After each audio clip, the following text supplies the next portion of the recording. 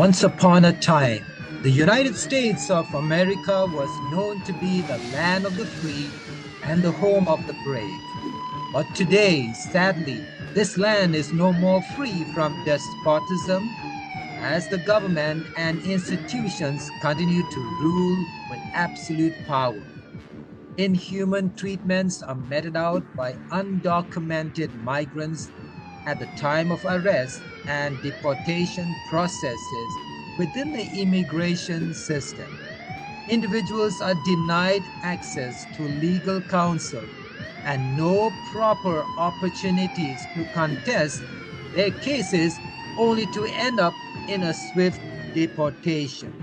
Many undocumented immigrants are kept in solitary confinement and is of a great concern because prolonged isolation causes psychological harm, including post-traumatic stress disorder.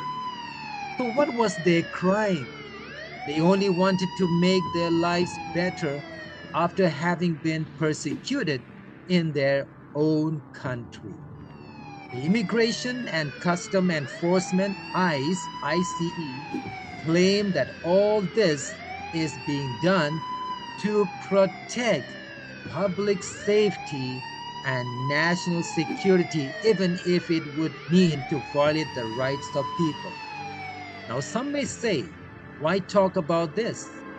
What does it have to do with God's people? Aren't we all law-abiding citizens? Yes, that's true. But a day is coming, every Sabbath-keeping person will be declared as a lawbreaker. How will that change come? Therefore, it is so important to talk about this so that God's people will be prepared mentally, spiritually, and physically when the government or when the federal agency ICE comes for us. As we read in the Great Controversy book, page 591, it says, while Satan seeks to destroy those who honor God's law, he will cause them to be accused as lawbreakers, as men who are dishonoring God and bringing judgments upon the world. So a time is coming that God's people will be blamed for every calamity that comes upon the earth, as we're seeing right now in America, in Texas. What is happening there? There is floods. Many are dying. And the world will say, because the Sabbath keepers who are worshiping on the seventh day are dishonoring the Lord's day, which to them is Sunday. And so we will be accused as lawbreakers. As it says in the book Maranatha, page 176, as men depart further and further from God, Satan is permitted to have power over the children of disobedience. He hurls destruction among men. There is calamity by land and sea. Property and life are destroyed by fire and flood.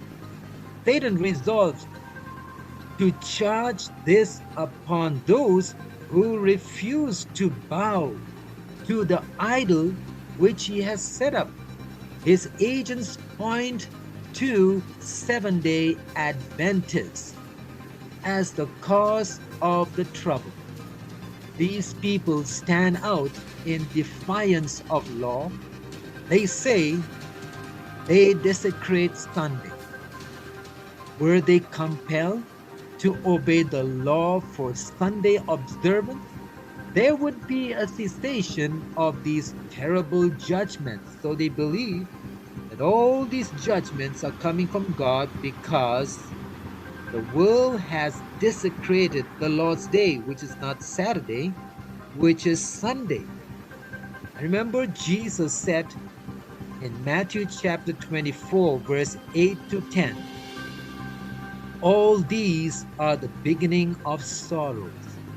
Then shall they deliver you up to be afflicted, and shall kill you, and ye shall be hated of all nations for my name's sake. Then shall many be offended, and shall betray one another, and shall hate one another. I know it's not really a pleasant topic to discuss this Sabbath afternoon, but we know this day is hastening, and we as God's people need to be prepared mentally, spiritually, and physically. Therefore, the title of my presentation for this Sabbath afternoon is entitled, Are Sabbath Keepers Aware of What's Coming? When will you be able to say, just like how Jesus said, Father, forgive them, for they know not what they do? You know, there are many in the world, just like Saul, who persecuted God's people to whatever light he had, but once he grasped the truth, Saul became Paul. And so the devil has his agents on this earth. They will persecute us, but we should reach a point in life that we can say from our lips, forgive them for what they do to us, for they know not what they do.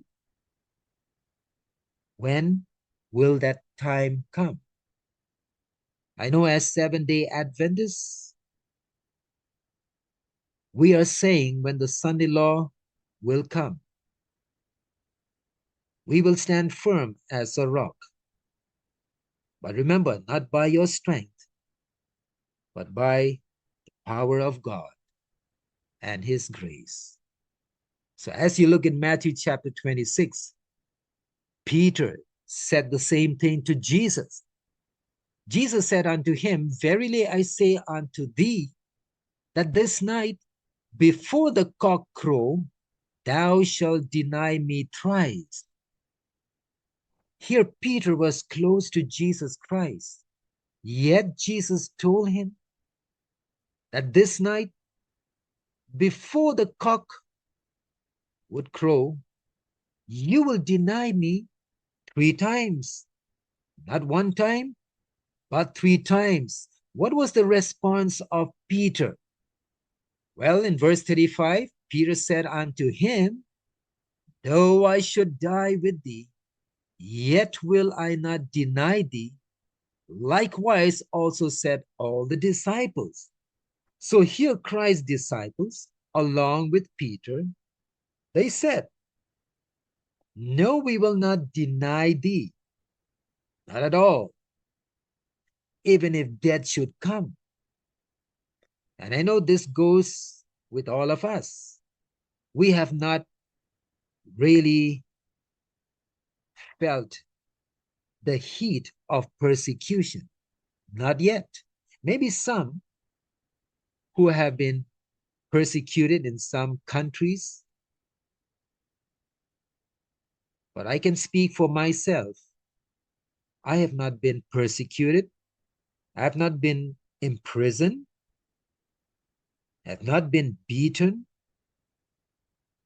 And yes, it's easy to say that I will not deny Jesus Christ. But when the time comes, remember, in a crisis, character is revealed. So here Peter is telling to Jesus,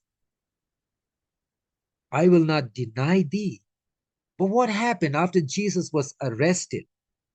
All the disciples fled, except for Peter at a distance. He watched as Jesus was taken as captive.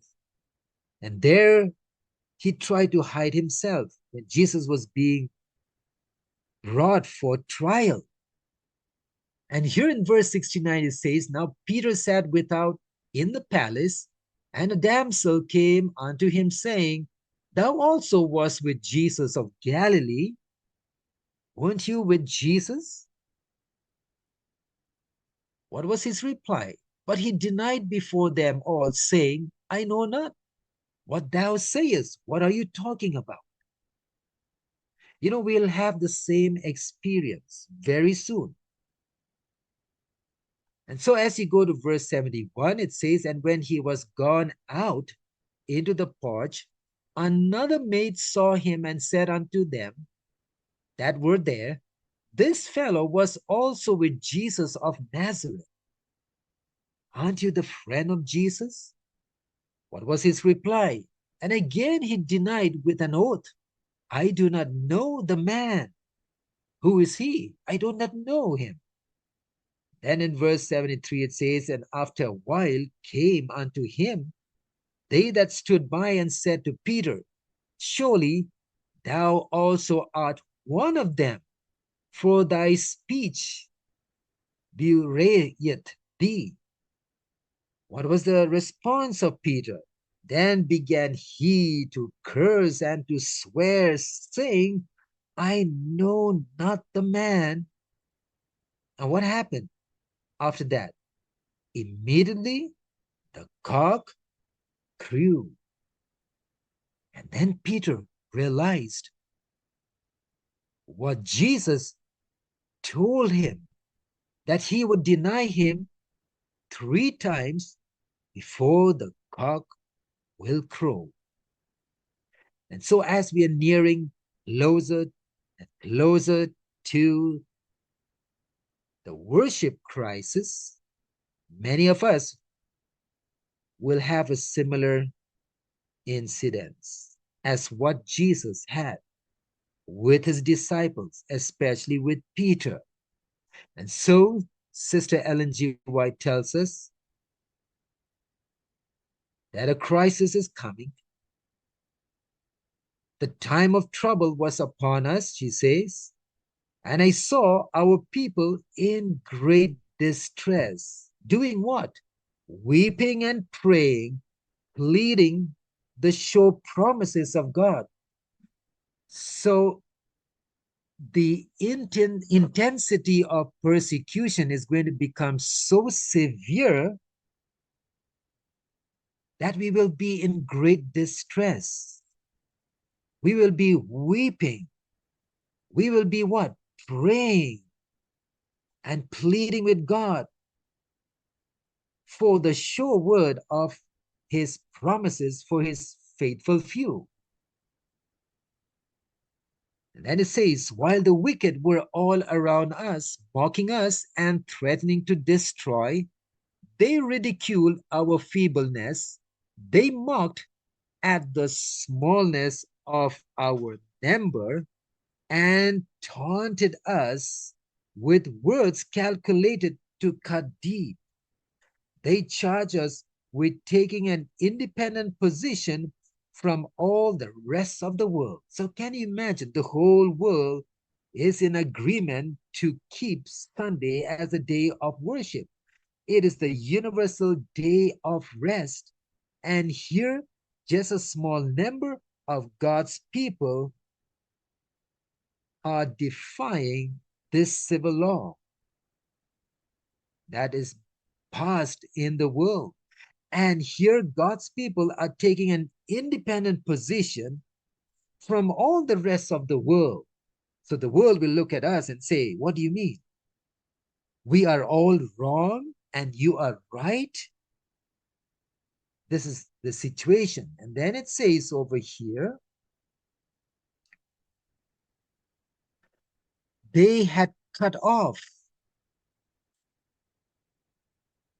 our resources so that we could not buy or sell. That means your food supply is cut off, your water supply is cut off, and we cannot buy or sell. And we are in what? Abject poverty and in a stricken condition. And so now the world is looking at us. How could these people live without the world? How can you survive? We were dependent upon the world, and we must concede to the customs, practices, and laws of the world. This is what the world will preach to us. If you take an independent stand, then you better go out of it, out of the system of this world. If we were the only people in the world whom the Lord favored, the appearances were awfully against us. So, this is the situation that we will come to very soon. But remember, the world is actually enslaved by the lies of the devil. The devil has fooled the world to say that the Lord's day is Sunday. And so the Sunday law will divide the world's population into two groups. Now, for this Sabbath, I had another sermon. I planned for that sermon to be presented on this Sabbath. But it did not work out. The reason is I could see that God is giving us time. And I was supposed to talk about Mr. Sunday Law. I thought it will go through the Senate here. But for this person has not come in the scene yet. I'm sure he would very soon. And so I had this sermon prepared in advance, hoping that Mr. Son-in-law will be declared very soon to the world and persecution will be rekindled. The Senate hearing went on. He has not been confirmed. The question is, when will he be confirmed?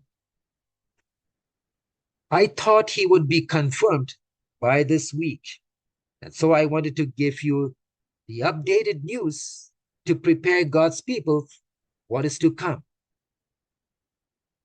But I could see the hand of God giving us time, because as you go to Revelation chapter 7, verse 2, it says, remember the four angels are holding the winds of strife. And here in verse 2, it says, I saw, John in vision sees another angel ascending from the east, having the seal of the living God. And he cried with a loud voice to the four angels who are holding the four winds of strife, to whom it was given to hurt the earth and the sea. They were about to release. As you go to verse 1, it says, and after these things, I saw four angels standing on the four corners of the earth, holding the four winds of the earth, that the wind should not blow on the earth, nor on the sea, nor on any tree. So it clearly tells us in verse 1 that God is in control of this world. Had God not been in control of this world, Satan, the arch deceiver, the destroyer, would have obliterated the human race because he wants many to die in their sins. But God, in his mercy, has extended the time of probation. Probation should have closed long time ago. And so here, as the four angels were about to lose their hold on the four winds of the earth, another angel comes from the east and tells them not to lose the four winds.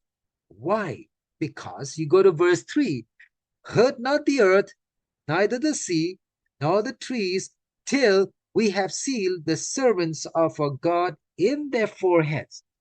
So God's people have to be sealed.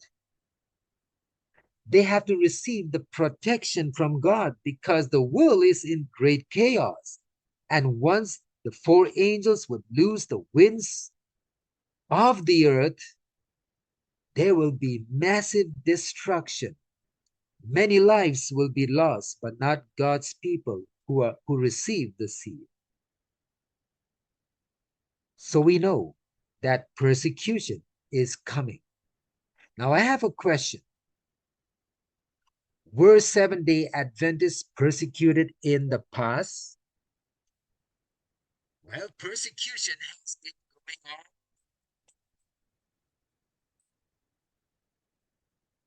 But if you look, individuals were imprisoned due to religious practices or beliefs. Now we're talking about Seventh-day Adventists being persecuted in the past. Now history tells us, Adventist history tells us, in the late 19th century, religious freedom was still a developing concept in America. And yes, individuals were incarcerated not for criminal activity, but for adhering to their faith. So they were persecuted because of their faith. It was now a conflict between religious freedom and legal requirements, civil laws. This was the conflict that was going on. Now, if you look at the archives of the Seventh-day Adventist Church, I just pick out a few newspaper cuttings. Here it says, they are in jail because of the religious beliefs they held. Do not observe Sunday.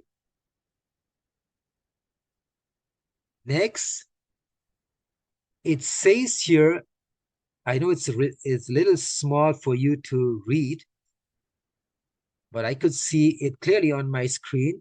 In several states, notably in Mississippi, Colorado, Georgia, and Maryland, the Seventh-day Adventists who observe Saturday, the seventh day of the week, as a holy day, but do not refrain from their usual labor on Sunday, the first day of the week, are being persecuted for refusing to obey the laws of the states in which they live. And so they were persecuted. Now we're talking about the late 19th century. Next, April 11, 1895, Bible in hand, the Adventists argued their case before the judge.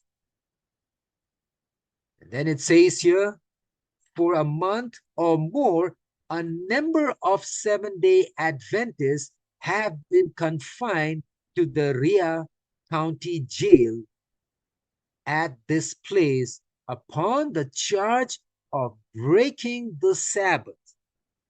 Which Sabbath? The spurious Sabbath, obviously, Sunday. So these are all news articles. Another newspaper wrote, posed as martyrs, Seventh-day Adventists go to jail rather than pay fines. So every violation of Sunday, you would have to pay a fine, but they rather go to jail. Next, Nashville, April 10, 5 Seventh-day Adventists who had been convicted and jailed in Rhea County for working on Sunday. You see, all these newspaper articles are telling us that in the past, in the late 19th century, Seventh-day Adventists were arrested and put in jail.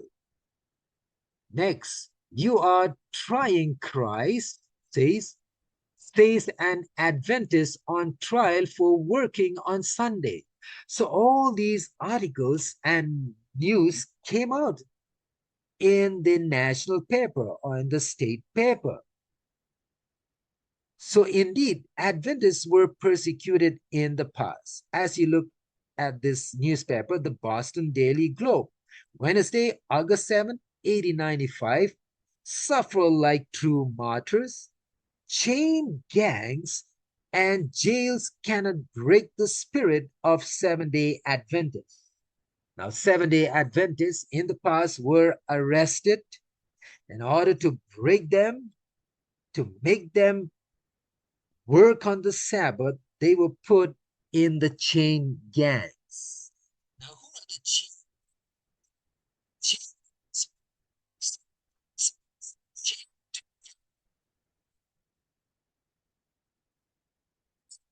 labor? Often conditions. So prisoners were chained together. No prisoner could escape. Everyone to work together at the same time if you want to escape. But that's a uh, tough thing to do.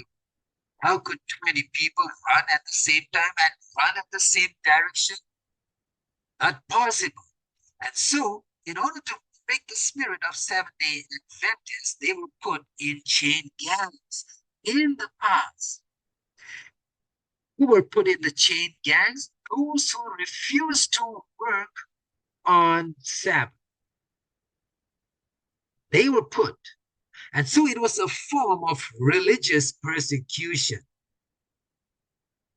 And so in that period in time, attempts were made to enforce Sunday observance through legal means, and that brought oppression.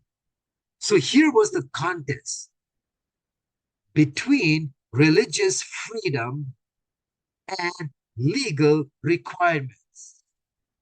And remember, history is being repeated. Why am I looking at the past, picking up all these historical facts? It is because history will repeat. We will go through the same ordeal as Seventh-day Adventists went in the past. Those who are in America, yes, you have the chain gangs. Each country has got their way of handling their prisoners. And so we have to be physically, mentally, and spiritually prepared what is coming. And so here, from this report, it says, often when Sabbath keepers in the southern states of America are arrested for working on Sunday, they are sent to the chain gang where they are forced to work on the Sabbath.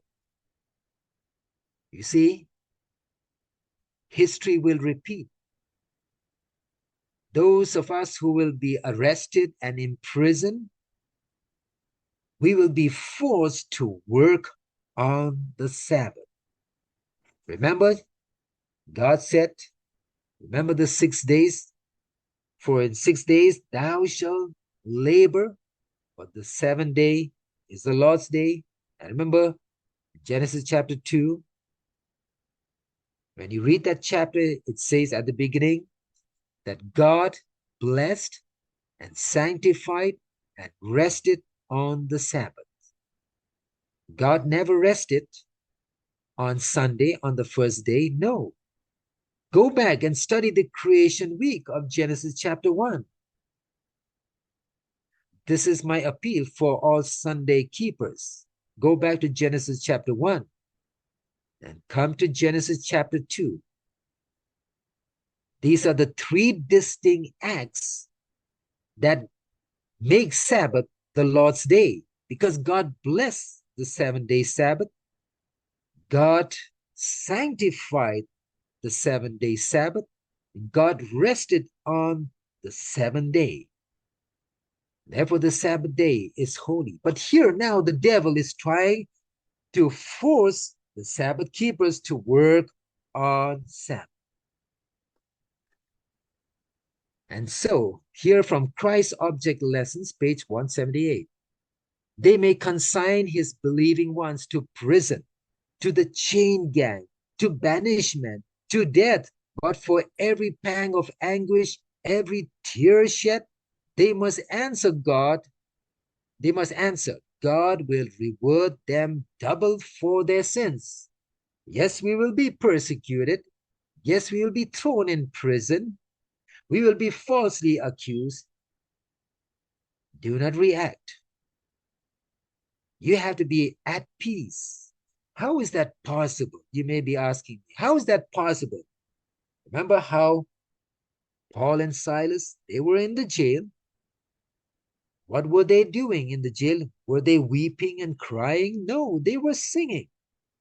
Remember, song is a weapon for discouragement. When you're discouraged, you can sing.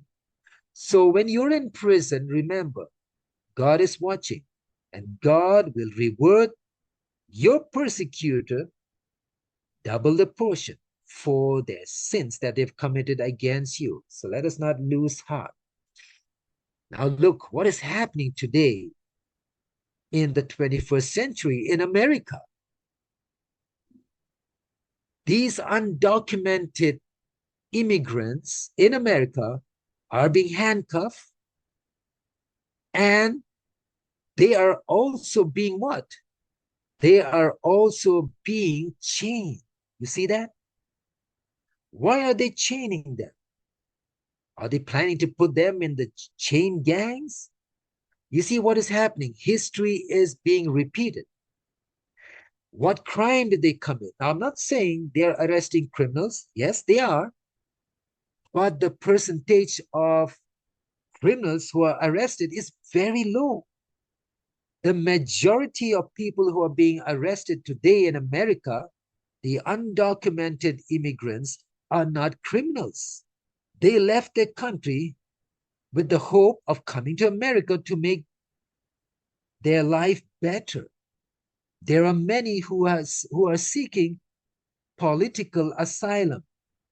Many are fleeing their countries and coming to America because they want to breathe freedom. They are being persecuted in America.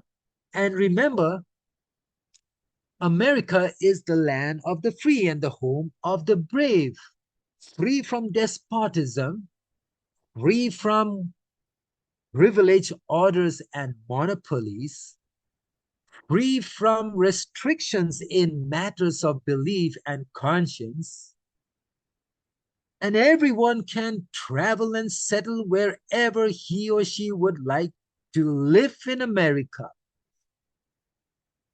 No passports were demanded. Now, this is during the good times in America. No police hindered their movement, unlike today. No armies to weaken the physical and of the people.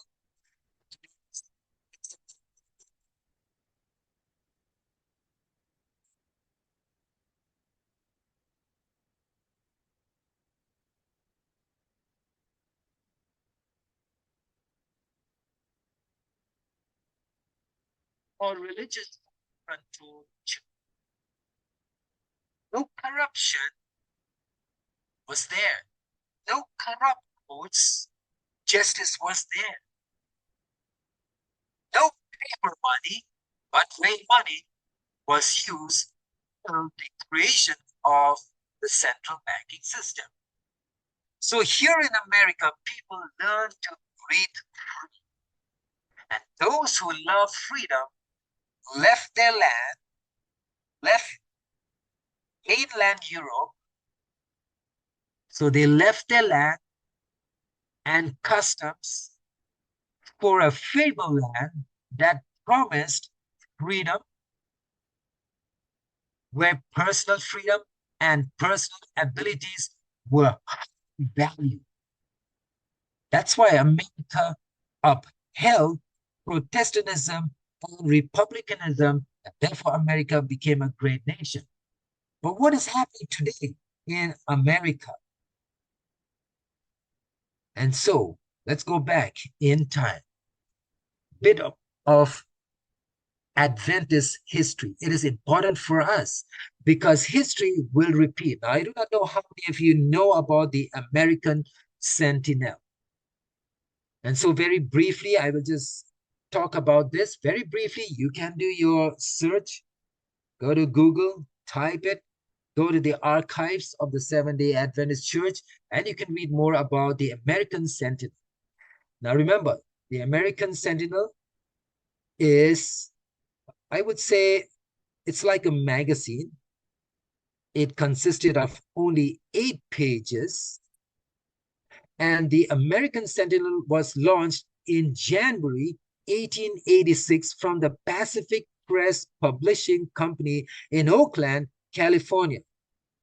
And they had an annual subscription, a fee of 50 cents. Now that is in the 1886, in that year. And remember, illustrations were added only in the 1890s. So it was a monthly 8-page little magazine. Why did the American Sentinel come into existence? Now remember, in the 1880s, there was growing anxiety among Seventh-day Adventists in America concerning the increasingly loud voice of the National Reform Association, NRA. Now, this magazine, American Sentinel, came up because of this National Reform Association that came into existence, and they were carrying out a movement. It was a Protestant organization that sought to legislate and maintain government laws dealing with Sunday sacredness. Seventh-day Adventists taught that such moves were inevitable, even a sign of the end of the world, but they had not anticipated the main threat would be from their fellow Protestants. And so now the Adventists had to do something. The Adventists needed to resist this movement that was gathering momentum in America. And so we find that many Christians, including the Mormons, now I'll go into details, but there were other Christians who were being persecuted, like the Jews and of other faiths. They were being persecuted because they had to keep Sunday holy. And so in this dilemma, in this situation, in 1885, at the General Conference session, a discussion was done. And so they decided that they needed to bring out the American Sentinel. Now, it was not a campaign to support Mormons, Jews, or any other faiths, but it is to make America aware of their religious freedom. And that's how it came up. And so, just going very quickly in their articles, it says a Seventh-day Adventist, Austell, was sentenced to 12 months in the chain gang for private work done on his own farm on Sunday. Okay, let's go quickly. Adventists in jail in Tennessee. Next it says, but notwithstanding this explicit guarantee of religious liberty, now if you read the Article 1, Section 3, where the Constitution talks about religious liberty, but despite this written in the Constitution, 8 Seventh-day Adventists were thrown in jail. And then there was another young man who is not a Seventh-day Adventist, but he also was thrown in prison. What was his offense? Now here, underline, why was he prosecuted? The answer is not far to seek. his widowed mother was an Adventist. So that's the reason. So what we can gather from here is that they were prejudiced of Seventh-day Adventists. As it says here in the American Sentinel, the very men who were most active in finding indictments against Seventh-day Adventists have been guilty of laboring at their usual vocations of life all day Sunday more than once within the past 5 weeks. So here, the persecutors of Seventh-day Adventists, they themselves were violating Sunday, Sunday rest. So the question is, why make a specialty of the Adventists? Does not the law apply to others as well as the Adventists? So here, the American Sentinel was putting all these out because of the Sunday law in that period in time, though it was not passed, but each state was legislating their own Sunday laws. And what is happening today? The same thing is happening. The states in America are also talking about making Sunday law as a state law, not as a federal law. This is what is going on. So here clearly it tells that the people were prejudiced of Seventh-day Adventists.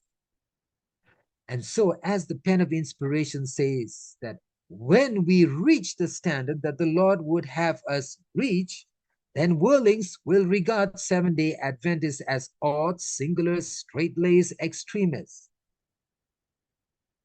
So, why will the world hate Seventh-day Adventists? Not all Seventh-day Adventists, but only true Seventh-day Adventists. That is when true Seventh-day Adventists will reach the divine standard, will reach the standard that the Lord would have us reach. Then the world will hate us because our lifestyle is just the opposite what the world is exercising.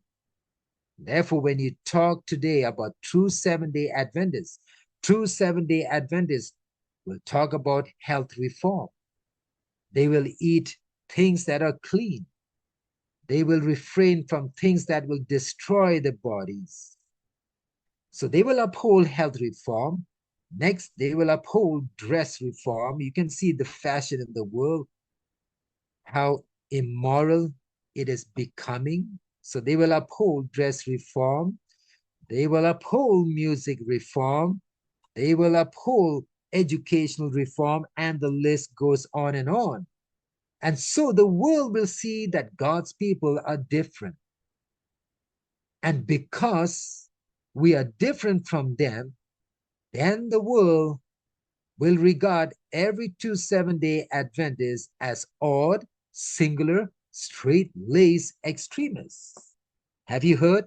Even within our church, whenever you talk about health reform or dress reform or music reform, our own people are saying, don't be a extreme. Don't go extreme. Be normal. Be a normal Seventh-day Adventist. If not, you are like a fundamentalist. The enemy is within our household. We are far to fear more from within than from without. And so a time is coming very soon that our people who have been regarded as too insignificant to be worthy of notice, a change will come very soon. So as you look at this timeline very quickly, we should remember this timeline. Remember 1844, what happened? Christ entered the most holy place. How many years have gone by? 181 years. And then in 1888, the Sunday law would have been passed and Jesus would have come. But no, the church was not ready because the church did not accept the righteousness of Jesus Christ's message. And so 137 years have gone by, and now we are in the year 2025. Very soon, the Sunday law will come. And we know that because if you go through Project 2025, we know that everything what is written in this 900 plus book entitled Mandate for Leadership will be implemented. And therefore, the title of this book is entitled Project 2025, not Project 2025 to 2026. It means what all is written in this book will come to pass in this very year. I strongly believe that the Sunday law would come very, very soon. And so the time is coming that God's people will not be able to buy or sell. Look at the Sunday law crisis. Look at the stage, make Sunday attractive. This has been going on for years. It has been accomplished. Next, more push for Sunday in the secular world and in the religious world. That has been done over the years. So what is the last two that is still to come? That is to make Sunday law mandatory. And this day is coming soon. And eventually the death sentence will be brought in. But now, first, they have to do the dry run test. You know, the end goal of the devil is to destroy the Sabbath keepers. Yes, Satan has got his agents in the government, in institutions, who are pushing these draconian laws into place. Today, when you look what is happening in America, we know that ICE is going in a big way, arresting undocumented citizens in America. But the question is, why are they all wearing masks? Why are ICE agents, ICE agents wearing masks during raids? Why has it caused uproar? People are not happy about it. As you look,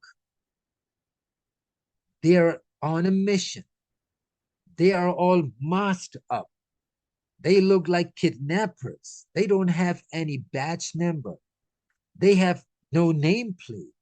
How terrifying it is for the US citizens in America. And so to shed more light on this, I want to show you a few video clippings. I'm delighted to welcome today David Beer, who is the Director of Immigration Studies at the Cato Institute. So here, David J. Beer, Director of Immigration Studies. So he's like a professor. Now, it is important for us, especially those who are living in the United States, to know what are your legal rights. Every country has his laws. Now, you can study those laws for yourself, whichever country you may be in, because a time is coming that you will be brought before the magistrate. And you should know about your individual rights. And so she wants to talk about the ICE, federal agents, who do not have the nameplate or the badge number. As you look on the right-hand side, they just have the name there, police, but they don't have their badge number. It is unconstitutional. Now listen to what this person had to say. Let's talk also about the way these roundups are happening. People in authority wear a badge. It has a number. Their name is visible. Their face is visible. And they say they're arresting you under authority of the government. And what we see now is people who are masked, who are not showing ID, and who are bundling people off the streets. So can you talk about that? Now, this is going in a big way in America. I know As Seventh-day Adventists, not many are really following the news. Many are following the GC news. The General Conference is going on right now. And so our focus, Sabbath keepers' focus is right now at the GC session. In the meantime, the devil is working very hard. And here the IC agents are bundling up people. And a time is coming very soon that Seventh-day Adventists will wake up when it's too late. And so here the IC agents, they are looking like kidnappers. They come without a badge, without a nameplate, heavily masked. You do not know who's who. Now listen to what this expert had to tell us. Yeah, into unmarked vehicles is one thing you left off there, or maybe I missed it. So yeah, people with plain clothes, no badges, no identification, masks, arresting people or grabbing them and putting them in unmarked vehicles. You know, to many people on the street, it looks like a kidnapping. It doesn't look like law enforcement operation. This is something that, you know, I've seen people be arrested before. I've never seen anyone be arrested in the manner that Immigration and Customs Enforcement is carrying out these arrests. Of course, ICE says we're doing this to protect our officers. This is not just untrue, it is backwards. It actually results in more threats, more assaults on officers when the public does not know who they're interacting with. If I know you're a law enforcement officer, I'm much less likely to assault you, to fight back, or, you know, if you try to grab me, I'm not going to swing at you. If it's just a random person wearing jeans and a t-shirt and they grab me on the street, yes, I'm going to shove them off of me. That's the natural inclination of anyone in that situation, would be to do that. And then you have onlookers also inclined to do the same thing. Now, why am I showing these videos? The reason is a time is coming that Sabbath keepers will be arrested very soon, because we will refuse to work on the Sabbath. We will refuse to go to church on Sunday when it becomes mandatory. And so you will have people bundling Sabbath keepers in the streets, taking them away. And so here you can see common citizens with no criminal background being bundled up in America. It is happening.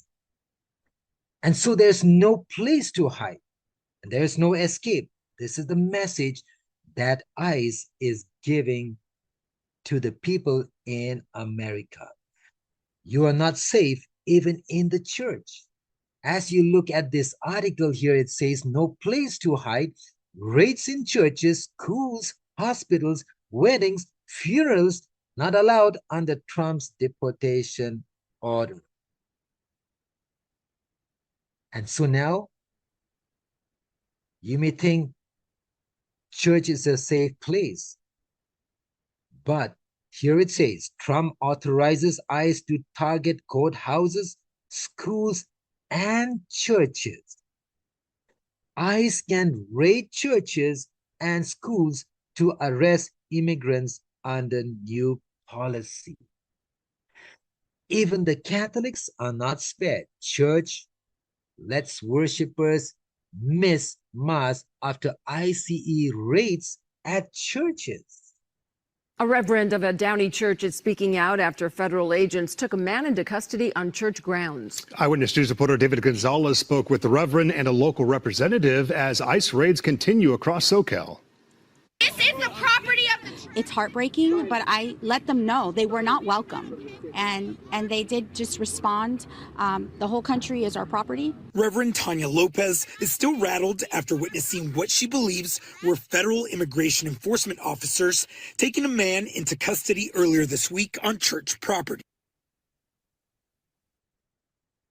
Immigration agents break SUV window while detaining man after church on Mother's Day. He had all his papers, yet they took him.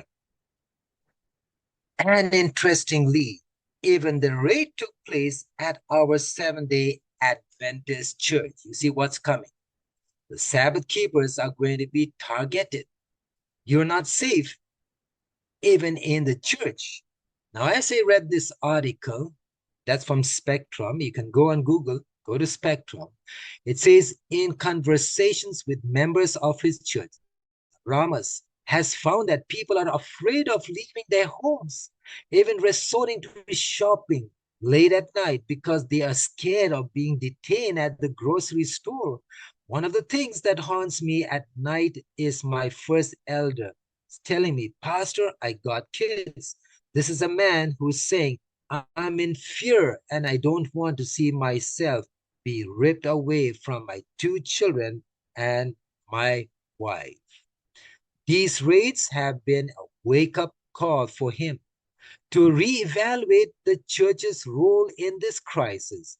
While they did some planning on how the church would respond to a potential ICE raid, including boosting security measures and appointing people who would represent the church if a raid occurred.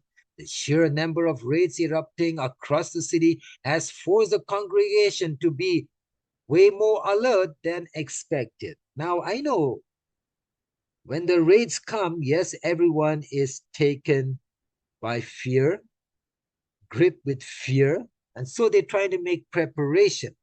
But what our people do not see is that they need to prepare for the coming Sunday law. It's coming. They have to be in the right dwelling place. As here in Testimonies for the Church, Volume 5, page 711 says, a great crisis awaits the people of God. A crisis awaits the world. The most momentous struggle of all the ages is just before us. But then it says here, but are we ready for the issue? What issue? The Sunday Sabbath issue. Are we preparing ourselves for the coming Sunday law? Because it's going to be very severe. Well, right now they're targeting the undocumented immigrants, but very soon they will target the Sabbath keepers because we will not bow down to Sunday. So this is what is going to take place. And as you see here, Benjamin Franklin said, by failing to prepare, you are preparing to fail. Therefore, it's so important for us to be at all times ready. We need to make that physical and spiritual preparation at all times. How many of our people are making preparations? Not many. And so here in this sign below, it says, don't let them make this USA's Reichstag, that is the German parliament. You know what the Nazis did in the Second World War? So as we read on, it says, just 2 weeks ago, the leadership of the Central Spanish Adventist Church was dealing with completely different issues, making plans for an evangelistic series and holding regular Sabbath services. Now, Ramos said they have to analyze whether they want to risk a potential ICE raid by opening the church for events. So now they're thinking of closing the church. Why? Because they're scared of the ICE raid.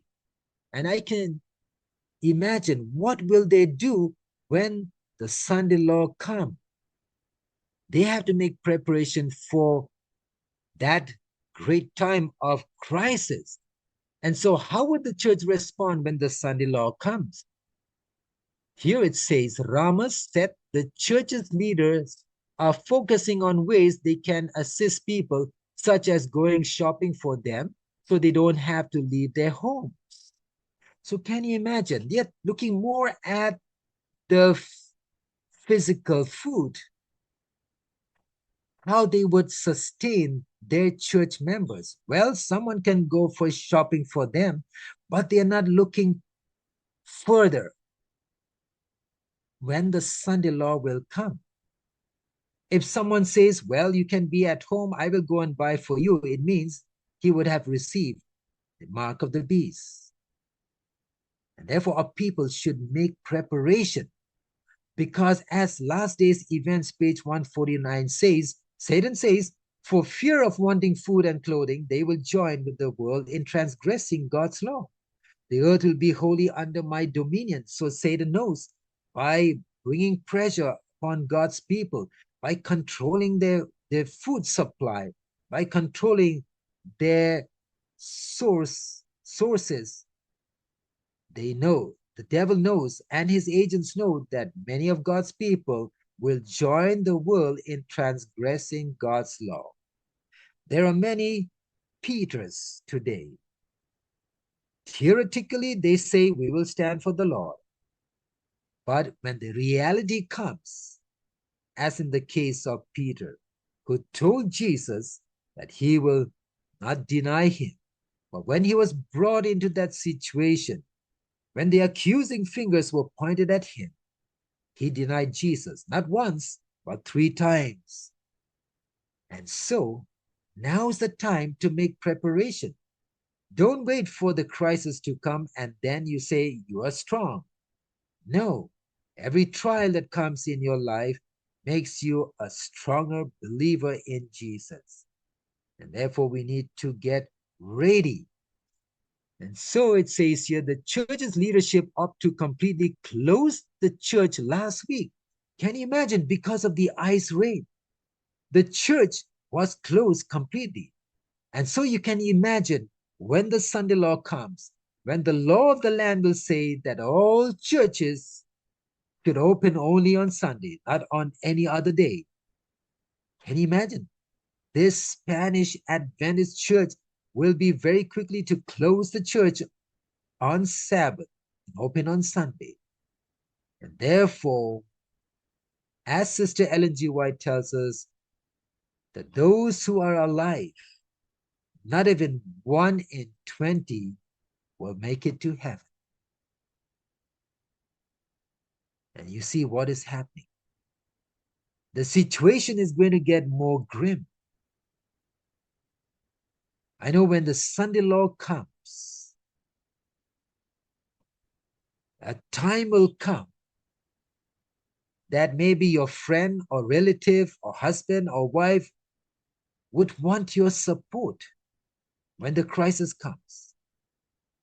But because of the situation, where the law of the land will eventually tell that all who would support Sabbath keepers will also be arrested.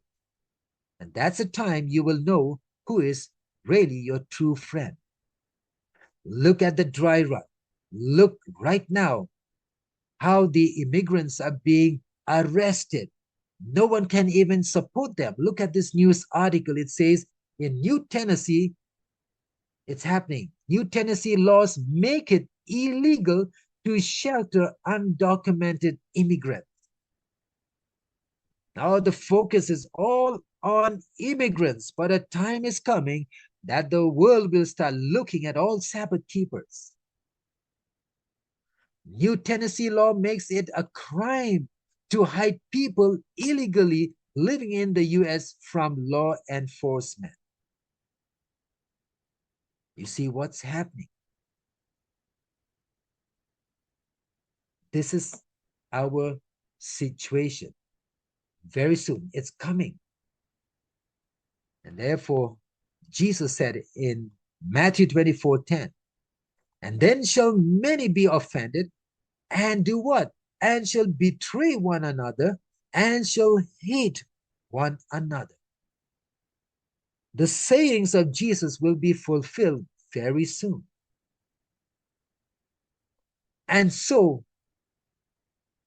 those who have been arrested, the court will not hear to their appeals. As we're seeing these undocumented immigrants who have been bundled up by the ICE agents and taken to a secret place of detention. They want to appeal in court, but they are not given that privilege. Now it's called the moratoriums. They're not being granted to the undocumented immigrants. Now, what is a moratorium? A temporary suspension of a law to allow a legal challenge to be carried out.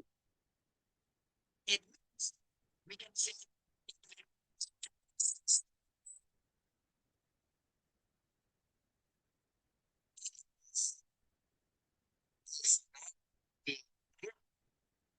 to the undocumented immigrant.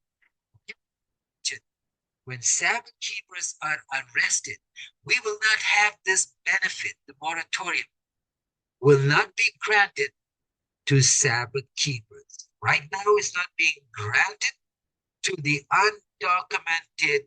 But like most arrested, she had just had her case dismissed by a judge. We were requesting a merits hearing, and the judge declined to set a merits hearing because DHS asked for the case to be dismissed and the client to be ordered removed, saying that it was not in the government's interest to hear a full case.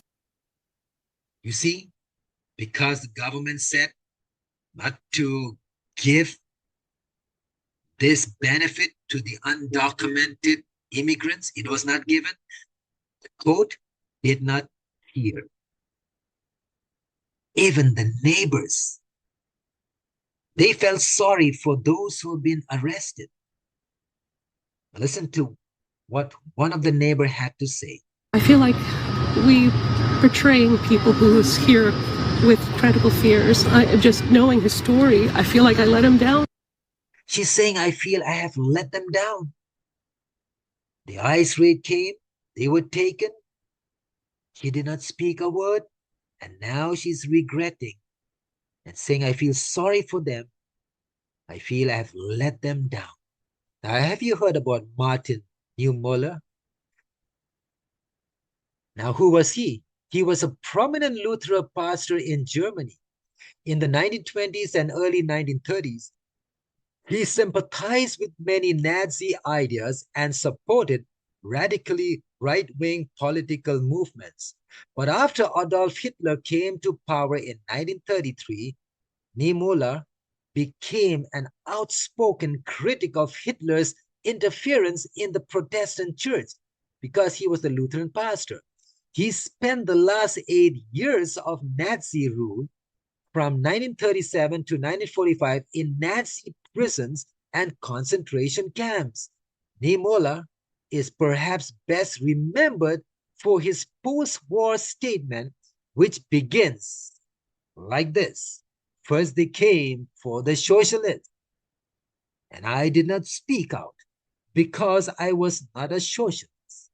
Then they came for the trade unionists, and I did not speak out because I was not a trade unionist. Then they came for the Jews, and I did not speak out because I was not a Jew. Then they came for me, and there was no one left to speak for me. How true it is. We are reaching a point in time that you cannot even trust your friends, your church members, your pastors, your elders, your leaders, your family. You can only trust Jesus. We are going to reach that point in time very soon. Sabbath keepers are soon. These videos shared to us show agents in the lobby of the immigration court waiting for migrants, one agent even holding what appears to be a list with pictures. Shortly after, you see agents escort an entire family into a charter bus. ICE says these arrests are a part of the Trump administration's plans to reverse former President Biden's so-called catch and release program. They are now utilizing expedited removals. It allows them to fast-track deportations for people who have been in the country for less than 2 years. It's so sad. You know, if you look at the Biden administration, how did these asylum seekers come to America? Because of the program that Joe Biden put out in America called the Catch and Release Program. And now that has been thrown off the shelf, and many are being arrested. So you can imagine when the time comes, when the Sunday law will be enacted, we'll have no benefits of the moratoriums. There will be no hearing. We will be just bundled up and taken. And that's the reason why God is telling us that we need to make that physical preparation to be out in the countryside. I'm not saying that trouble will not come there, but we can delay the troubles to come there. And God will always make a way of escape. Yes, we will be tried, but if you're in the countryside, like how God protected his church during the dark ages, he made a way of escape to be in the wilderness for 1,260 years. And so God can do that. And now we know the next wave of arrest will be the Sabbath keepers. Because when you look today, even citizenship does not matter. Right now in America, there is a process that is going on. It's called the denaturalization of Americans. You may be a citizen of America, but yet you can be denaturalized. Now, what do I mean by this? Listen to this report. One more example that Trump's immigration dragnet won't just be limited to criminals and gangsters. A new memo from the Justice Department outlines an aggressive new strategy to actually strip citizenship from naturalized Americans. With you, because you are a naturalized U.S. citizen. I am. Does this strike some fear in you? How could it not? You know, I'm not alone. There are 24 million of me in this country that are naturalized. You said 53% of the total amount of immigrants. And I think it just keeps bringing it back to the idea that this was never about illegals, about criminals. It was about who we don't want in this country. That's a very strong statement. Eventually, it'll be the Sabbath keepers who will not be welcomed in America. You see how it is building up. And Donald Trump, in his Operation Second Look, is gaining momentum. So even citizens of America will not be spared. It is a pro-Catholic policy that is falling into place. So now all those who have been arrested, where will they be put? That's interesting.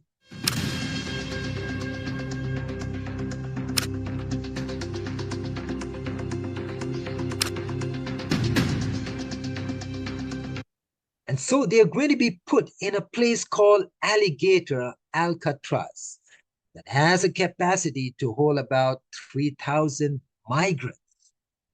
This is where they will be put. And it looks like a concentration camp. You see all in cages. The beds are there. They're kept there. And here they have come to see this location. And they find this very fitting. Why? Because no one can escape from this detention center. Why?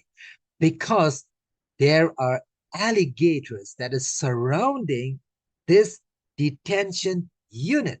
And therefore, it's called the Alligator Alcatraz. It is something very similar like the Papillon. Have you read this book? It's very interesting. It's an island that was opened in 1852.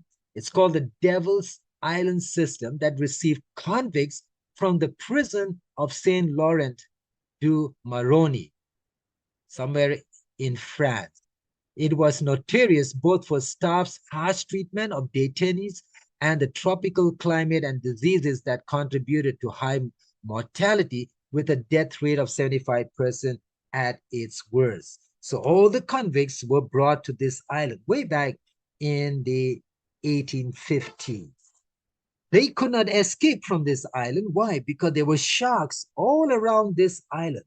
And you see how history repeats. Now all these detainees are being kept in Alligator Alcatraz. And that is where they are surrounded with alligators. And this is what Donald Trump had to say. Trump about the Alligator Alcatraz unit. We're going to teach them how to run from an alligator if they escape. So no one can escape from this unit. And if they should, it is sure death because the alligators are out there to catch them. You see how mean it is? Though they may be convicted of certain crimes, and many of them have not committed crime, but that compassion is not in the administration. What is the condition there? Alligator Alcatraz detainees describe spoiled food, lack of water. You see what is happening. Again, a time is coming where God's people will have to go through this crisis. Many thought America to be the land of the free and home of the brave, but it is not so today by putting people in such a place. And so here it says, speaking to the press, migrant detainees and their families describe horrible conditions at the Florida detention center. It's horrible. The inmates at the camp in Florida's Big Cypress National Preserve say they face days without showers, extreme temperatures, lack of water, and maggots in their food. This is America. You see how America has changed? It is goodbye, America.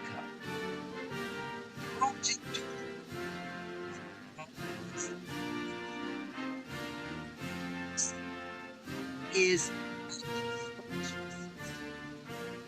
us today. Yes, America should speak as a dragon, no doubt about that. Through her laws and policies, she will speak as the dragon. What's happening right now? It's already behaving like a dragon. She is not speaking yet, but her action clearly tells us that the United States of America is already behaving like a dragon. That is the last step before she speaks like a dragon. As Revelation 13:11 clearly tells us that here John the Revelator sees another kingdom represented by a beast coming up out of the earth. Is from a thinly populated area, and this nation has got two horns like a lamb. So this nation will have the Christ-like principles, Protestantism and republicanism. But the closing of this verse tells us that America speak as a dragon. I know we're all waiting when America will speak as a dragon. That is when the Sunday law will be passed. But before the Sunday law will be passed, she is already behaving like a dragon. Now, in closing, I'm going to show you about a couple, an Iranian couple. Now, those who are unable to watch this may refrain from watching this video. They were persecuted in Iran. They came to America to breathe freedom. And here in America, they are shocked because they were arrested. Where is that freedom for them? Listen to what this news reporter had to say. The arrest was captured on video by the couple's minister. He says they are asylum seekers. They were following the law. And he says they never saw this coming. Why are you taking him? Stay back for a few feet. You can record. Stay back a couple feet. In a targeted operation, masked Border Patrol agents detained Reza Fatiha in West Los Angeles around 9 a.m. on Tuesday. He's an asylum seeker. When Reza's wife, Marjan, saw her husband being arrested, she ran outside, and she was also taken into custody. Why are you doing this? Why are you doing this? You're going to be arrested as well? Marjan suffered a medical emergency and collapsed to the ground. They came here for freedom, not like this. Shame on you. I was devastated. I was so shocked to see that. It's just triggered my mind that where I am, I'm in USA or a street of Tehran. Is this the street of Tehran? They faced religious persecution in Iran and they came to America. You see how America is behaving like a dragon. And very soon she's going to speak like a dragon. When the Sunday law will be passed, many of God's people will be arrested. Homeland Security posted on social media, during a targeted enforcement operation in Los Angeles, Border Patrol agents apprehended 2 Iranian nationals unlawfully present in the U.S. Both flagged as subjects of national security interest. They say this is because for national security interest. Now you know when the Sunday law will come. Sabbath keepers will be arrested. Why? Because of national security interests. I know there's a question now. Where is God? Why is God allowing? I know in the minds of many today, when they see such things happening in America, they would ask this question. They would be angry with God. But remember, to answer this, let's go to Romans chapter 12, verse 19. Dearly beloved, avenge not yourselves, but rather give place unto wrath. For it is written, vengeance is mine, I will repay, saith the Lord. Yes, such things are taking place right now in America. Families are being broken up, separated.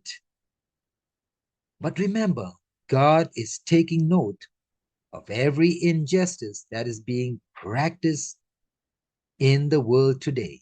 And therefore, God is saying, vengeance is mine, I will repay. What is our part? Our part is to be like Christ-like and to not try to take the whole situation in our hands in order to take revenge. No. God is saying, I will repay. And therefore, if you go to Romans chapter 8 and verse 28, it made me to think about this verse. And we know that all things work together for good to them that love God, to them who are called according to his purpose. Now, what does the Bible mean by saying all things work together for good? So that means in happy times, sad times, when you're discouraged, when things are not going good, all things work together for good. Now, how do you explain this to someone who's so disheartened and who's questioning God? Why such an unpleasant situation could not have been prevented? But then when we read Romans 8:28, here the Lord is saying all things work together for good. How is it possible? Well, let me take you very quickly to this lady called Corrie ten Boom. Have you heard about her? I'm sure many of you must have heard about her and must have read that book, a very interesting book. How she survived through the Holocaust. She was a Christian. They had a watch shop repairing watches, clocks with her father.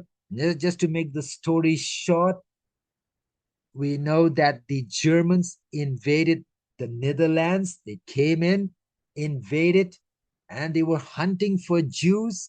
And here, this family, the Ten Boom, Corrie ten Boom and her sister, Betsy, and her father, her whole family, they realized that they need to rescue Jews. And so they hid the Jews in between this wall here with the other wall. They had a enclosure like, And here they put the Jews here in this wall, a false wall, and so they closed it up. And so no Nazi could find any Jew in this town because they saved so many Jews. But there was a spy. To make the story short, eventually she was betrayed and she was taken to the concentration camp. Now here I'm trying to explain to you about Romans chapter 8:28, where the Bible is saying all things to Jesus.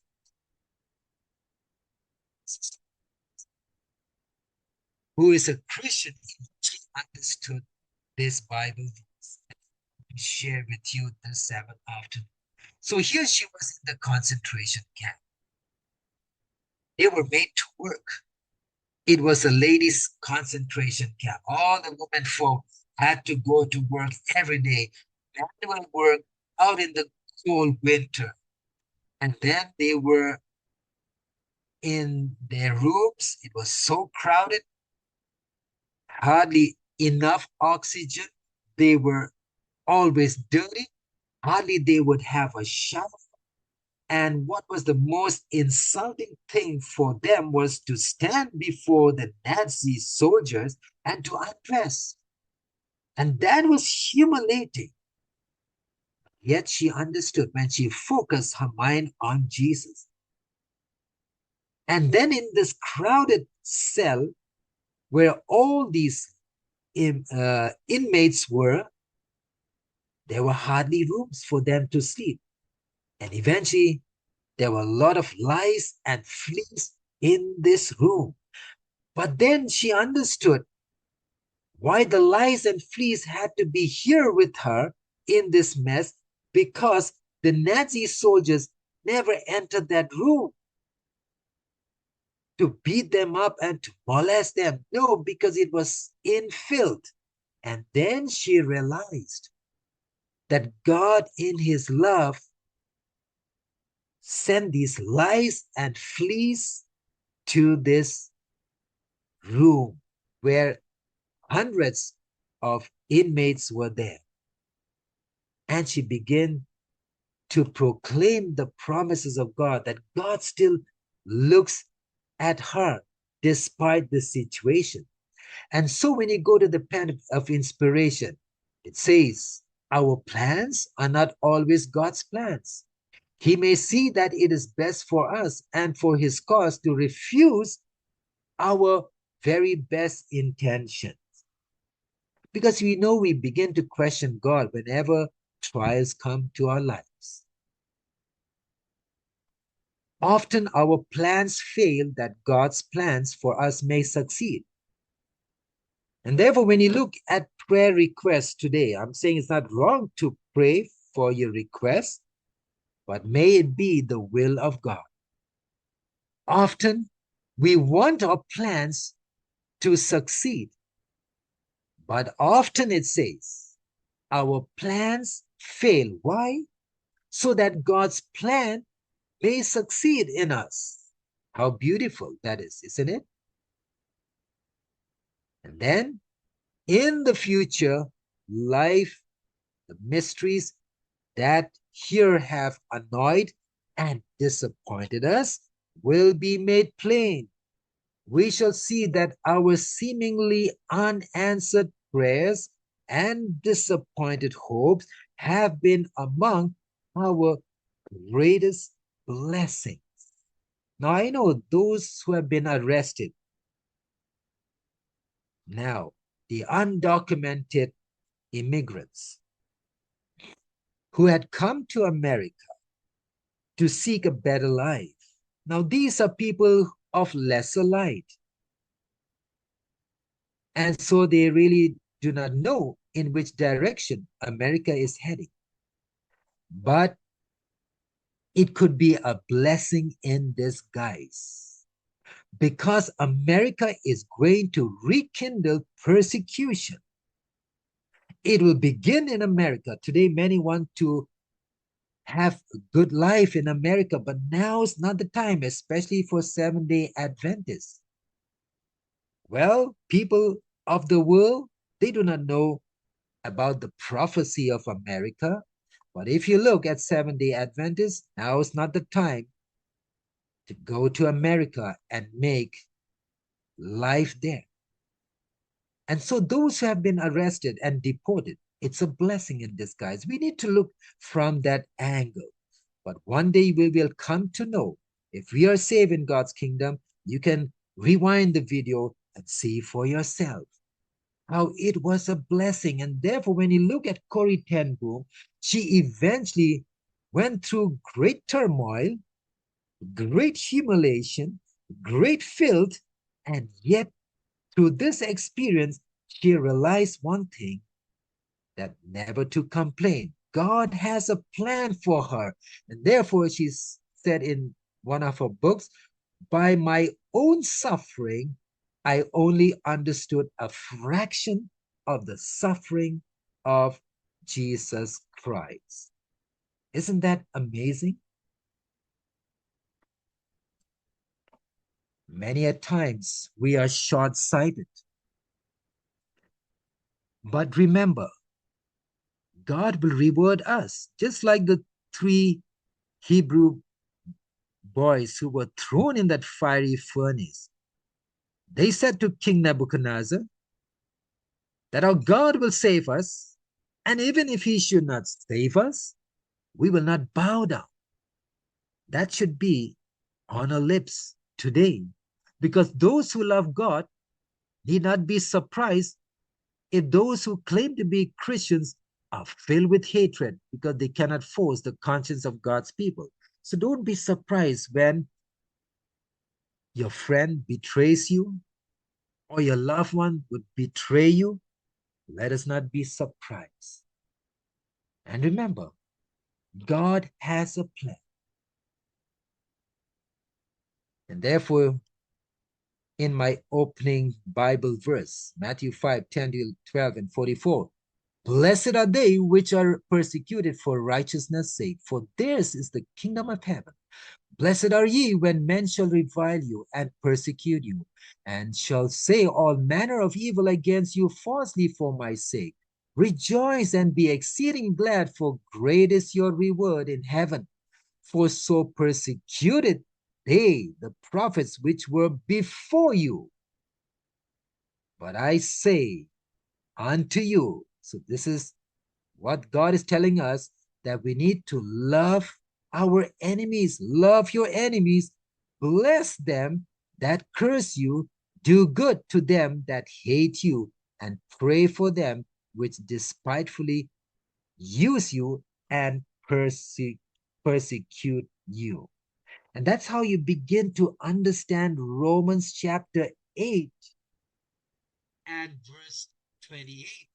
That all things work together for good. And therefore, to the world, when you love your enemies, to the world, it's not very strange. How is it possible that you can love your, but because you have understood the suffering of Jesus Christ, you have understood the gospel, you've understood the character of Jesus, and therefore you will reach a point in time that you will love your enemies. When the son-in-law comes, many will be thrown in prison, many will be persecuted, but we should have this character to learn to love your persecutors. The gospel should not be a mystery to you, and therefore, Paul says here, for me, that utterance may be given unto me, that I may open my mouth boldly to make known what? The mystery of the gospel. You know, the gospel is a mystery to the world. You know the biblical principle, if someone slaps you on the right side, turn your left cheek, let him slap the other side. To the world, that is foolishness. And therefore, many today cannot understand and comprehend the gospel. And therefore, when Paul was Saul, the gospel was indeed a mystery to him. When he tasted Jesus, had that experience with Jesus, The gospel was no more a mystery. And so as we near the Sunday law, where there will be great persecution that will come upon God's people, we should reach a point in time that, like Jesus, we should be able to say, Father, forgive them, for they know not what they do. When will that day come? It should begin now. Let us not say, well, when the Sunday law comes, that's the time I will practice and exercise this spirit.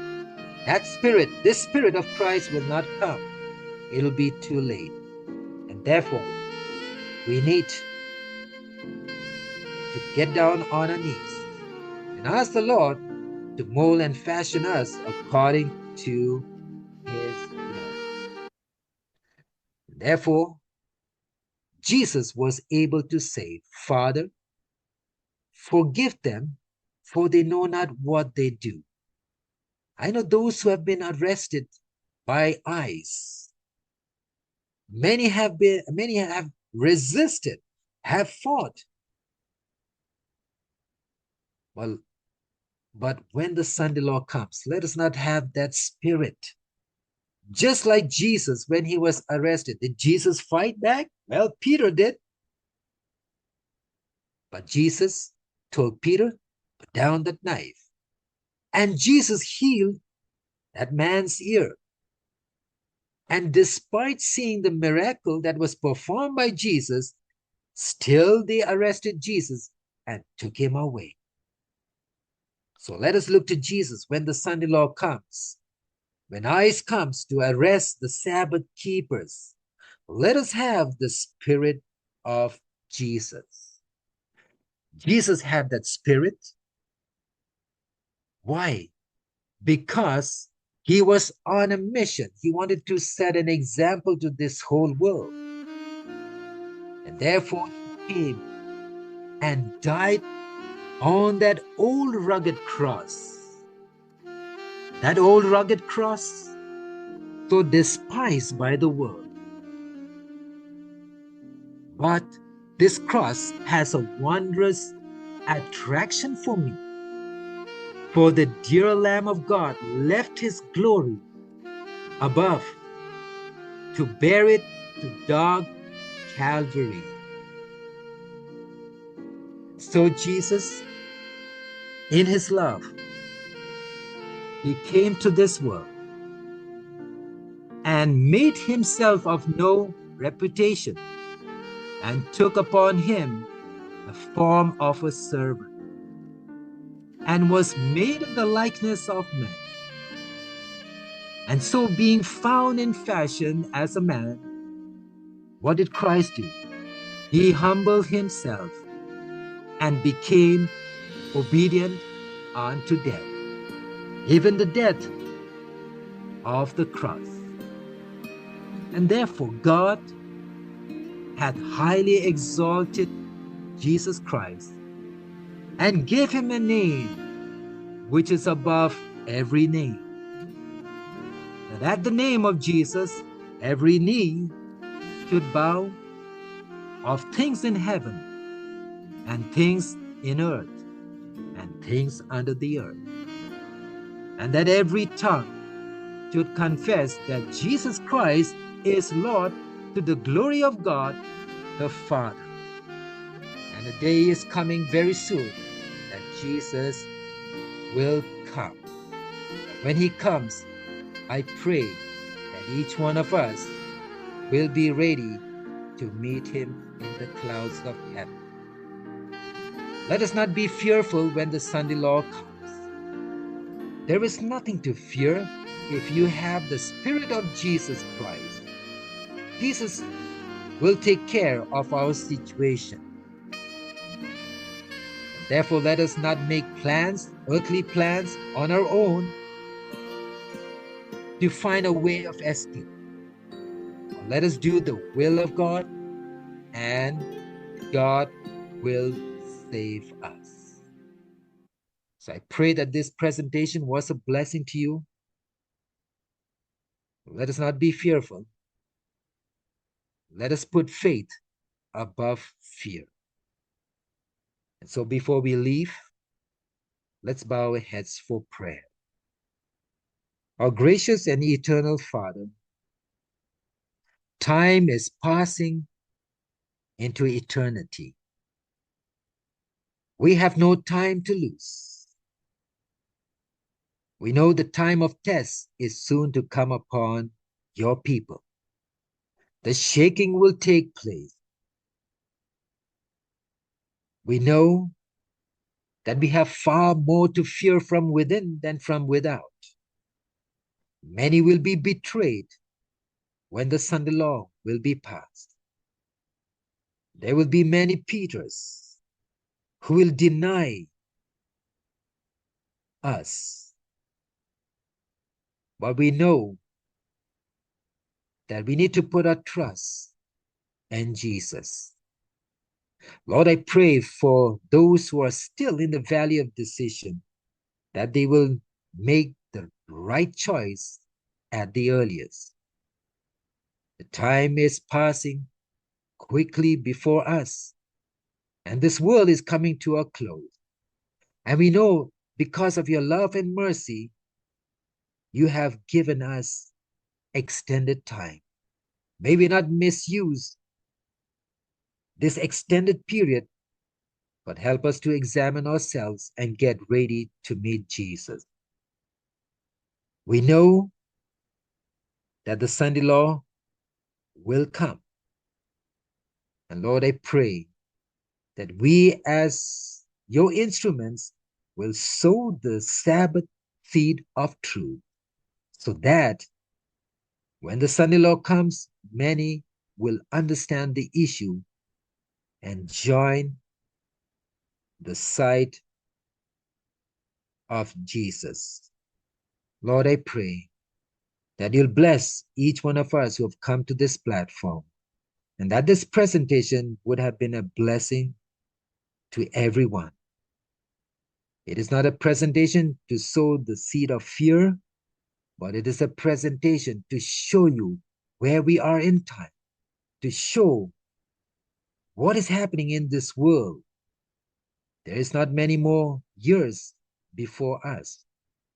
And so I pray that we all will get ready to meet this crisis with Jesus, to go through this crucible, not alone, but with Jesus. Lord, I pray that we will open the heart, the door of our heart, and to invite Jesus into our hearts, that we may sup with him. Thank you, Lord, once again for hearing our prayers. For I pray in Jesus' name. Amen. So may God bless you.